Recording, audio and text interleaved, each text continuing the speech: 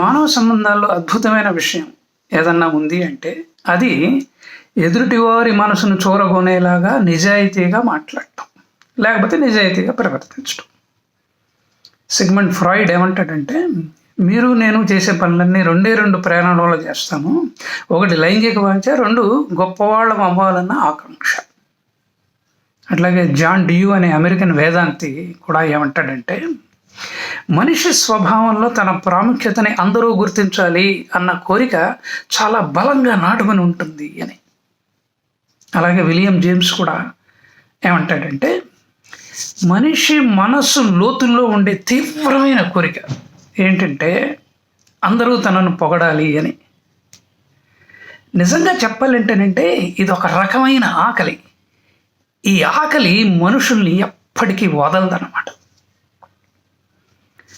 ఈ గొప్పతనాన్ని సాధించాలన్న కోరికే చదువు సంధ్యలు లేని ఒక కట్టెలు కొట్టుకునేవాడి కొడుకుని చట్టాలకు సంబంధించిన పుస్తకాలు చదవమని ప్రేరేపించింది.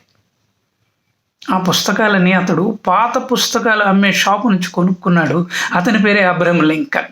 అబ్రహం లింకన్ గురించి ఎంత చెప్పినా కూడాను సరిపోదండి.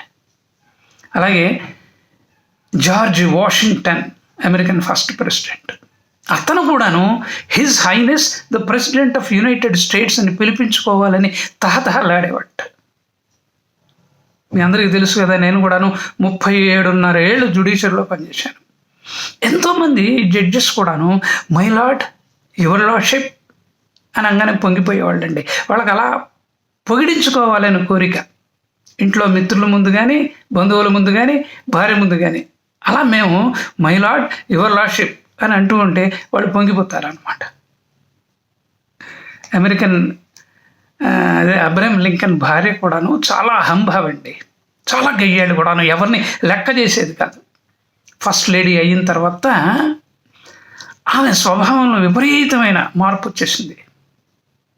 నేను పిలిచేలోపలే వచ్చి నా ఎదురుగా కూర్చోవడానికి మీకెంత ధైర్యం అని వైట్ హౌస్లో చాలామంది ప్రముఖుల మీద కూడాను విరుచుకుపడిందండి. ఇలా అందరూ నన్ను గుర్తించాలి అన్న బలమైన కోరికని మించిన కోరిక లేదండి మానవ జీవితంలో. అట్లాగే ఇంకొక వ్యక్తిని పరిచయం చేస్తాను. చార్లెస్ ష్వాబ్ అని పేరుగాంచిన స్టీల్ ఇండస్ట్రీ బిజినెస్ మ్యాన్ అన్నమాట, ఉక్కు వ్యాపారి అనేవాళ్ళు. ఒకప్పుడు అమెరికాలో ఉండేవాడు. ఆయనకి నిజంగా ఉక్కు తయారీకి సంబంధించిన పరిజ్ఞానం పెద్దగా ఉండేది కాదు. కానీ ఆయనలోని గొప్పదనాన్ని ఆయన మాటల్లోనే వినాలి. ఆయన ఏమన్నాడంటే, నా తోటివారిలో ఉన్న ఉత్సాహాన్ని రేకెత్తించే నేర్పు నాలో ఉంది. నాలోని అతి గొప్ప గుణం ఏంటంటే, నేను అవతలి వ్యక్తిలోని ఉత్తమ గుణాలని, నేర్పుని ప్రశంసించడం ద్వారా, ఉత్సాహపరచడం ద్వారా వెలికి తీయగలను అని అన్నాడండి. అంతే. అయితే నా వ్యక్తిగత అభిప్రాయం కూడా ఏంటంటే, మనిషి అనుభవించి నేర్చుకున్న దానికంటే ఇతరుల గురించి తెలుసుకున్న విషయాలే అతనికి ప్రేరణని, గొప్పదనాన్ని కలిగిస్తాయండి.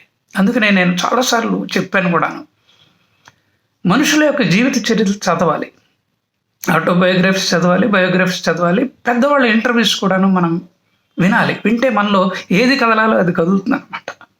అప్పుడు మనం కూడాను గొప్పవాళ్ళం అయ్యే అవకాశం ఉంది. అట్లాగే ఆండ్రూ కార్నెగీ, అమెరికన్ స్టీల్ ఇండస్ట్రీని స్థాపించిన మేధావి. ఆయనలో ఒక్క గొప్ప సుగుణం ఉందండి. అదేంటంటే, ఆయన తన తోటి వారిని అందరి ముందు పొగుడుతాడు, అట్లాగే వారి వెనక కూడాను పొగిడేస్తాడండి. ఒక ముఖ్యమైన విషయం ఈయనకు సంబంధించి చెప్తాను. ఆయన తన సమాధి మీద గౌరవార్థం ఒక ఎపిటాఫ్ని ముందే ప్రిపేర్ చేయించుకొని రాయించుకున్నాడు అన్నమాట. ఆ వాక్యం ఏంటంటే, ఈ సమాధిలో ఉన్న వ్యక్తికి తనకన్నా తెలివైన వారిని తన చుట్టూ ఎలా ఉంచుకోవాలో తెలుసు అని. ఇలా తన మిత్రులకి, బంధువులకి అందరికీ కూడాను గొప్ప గౌరవాన్ని ఆపాదించాడండి. చూడండి ఏమన్నాడు, మళ్ళీ చెప్తాను. ఈ సమాధిలో ఉన్న వ్యక్తికి తనకన్నా తెలివైన వారిని తన చుట్టూ ఎలా ఉంచుకోవాలో తెలుసు అని. బా, ఎంత గొప్ప వాక్యం అండి. అయితే ఒకప్పుడు అమెరికాలో ఇళ్ళు పారిపోతున్న భార్యల మీద పరిశోధనలు జరిగాయి. ఆ పరిశోధనలో బయటపడ్డ నిజం ఏంటంటే, వాళ్ళు చేసే పనుల్ని, వాళ్ళ కష్టాలని ఎవరు గుర్తించకపోవటమే. చివరికి వారి భర్తలు కూడా గుర్తించటం లేదట. అందుకనే వాళ్ళు ఇళ్ళు వదిలిపోయారట. గొప్ప పరిశోధన కూడా జరిగిందంటే. అట్లాగే Britain's first Jewish prime minister Benjamin Disraeli, ఆయన ఏం చేసేవాడంటే, విక్టోరియా మహారాణితో పనిపడ్డప్పుడు అవసరానికి మించి ఆమెని పొగడతతో ముంతెచ్చేవాడు. ఈ విషయాన్ని ఆయన స్వయంగానే చెప్పుకున్నాడు. అలా పొగిడితే తప్ప ఆయన పనులు అయ్యేవి కాదండి. అయితే నా ఉద్దేశంలో మనందరం కూడాను దైనందిన జీవితంలో మిస్ అయిపోతున్న గొప్ప సుగుణం ఏంటంటే, అవతలి వారిని మనసారా ప్రశంసించటం. అంతే. ప్రతి వాడిలోనూ లోపాలు ఉంటాయండి. అవి ఎత్తి చూపించి మనం చెడ్డవాళ్ళం అయ్యే బదులు ఆ మంచి గుణాలను పొగిడితే సరిపోలేదా? ప్రశంసిస్తే సరిపోలేదా? అప్పుడు మిమ్మల్ని ఎవరు అపార్థం చేసుకోరు కదా. మీకు ఫ్రెండ్స్ సర్కిలే ఎక్కువగా ఉంటుంది కదా, శత్రువులు తక్కువగా ఉంటారు కదా. చిన్న విషయాలండి ఇవన్నీ కూడాను. ఇప్పుడు హోటల్కి వెళ్ళారు, సర్వర్ మీకు సర్వ్ చేశాడు, చేతులు కడుక్కొని లేచిన తర్వాత ఆయన భుజం ఇచ్చేసి కళ్ళల్లో కళ్ళు పెట్టి చూస్తూ గొప్పగా సర్వ్ చేసావయ్యా అని చెప్పి టిప్ ఇచ్చారనుకోండి, ఈసారి మళ్ళీ వచ్చినప్పుడు మిమ్మల్ని ప్రత్యేకంగా ఇంకెక్కువ గౌరవ మర్యాదలతో చూస్తాడు. అట్లాగే అకౌంటెంట్ దగ్గరికి వెళ్ళి ఆయన ప్లెజెంట్నెస్ని పొగిడారనుకోండి, ఈసారి వచ్చినప్పుడు గుడ్ మార్నింగ్ సార్ అని ఆయనే అంటాడు. చివరికి చెఫ్ ఎప్పుడు కనపడ్డు, హోటల్లో ఎక్కడో ఉంటాడు. ఈ సర్వర్కి కానీ అకౌంటెంట్కి కానీ ఆయన ప్రిపేర్ చేసిన డిష్ గురించి 4 వాక్యాలు రాసి ఆయనకు తప్పకుండా పంపండి అని అంటే, ఆయనకు పంపించిన తర్వాత తప్పకుండా ఆ చెఫ్ చూసి ఎంత మురిసిపోతాడో. ఈసారి మీరు వచ్చినప్పుడు ఆ అకౌంటెంట్ ఆ చెఫ్ని పిలిపిస్తాడు అనమాట. ఇదంతా కూడాను ఒక గొప్ప కళ అండి, గొప్ప కళ. చివరిగా మీతో మాట్లాడుతుంటే నాకు ఒక మంచి వాక్యం గుర్తుకొచ్చింది. దీన్ని నేను వీలైనంత వరకు అమలుపరచడానికి ప్రయత్నిస్తున్నాను.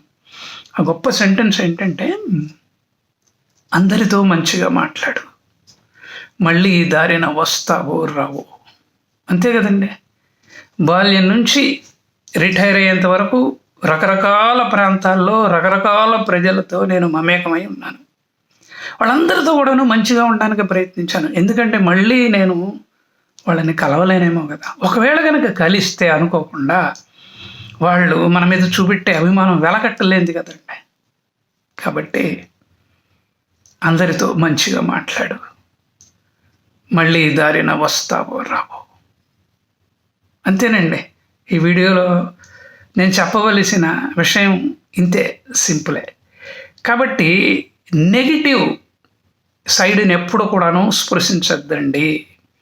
ఎందుకంటే మనలో కూడా లోపాలు ఉంటాయి కదా, అట్లాగే అందరిలో కూడా లోపాలు ఉంటాయి.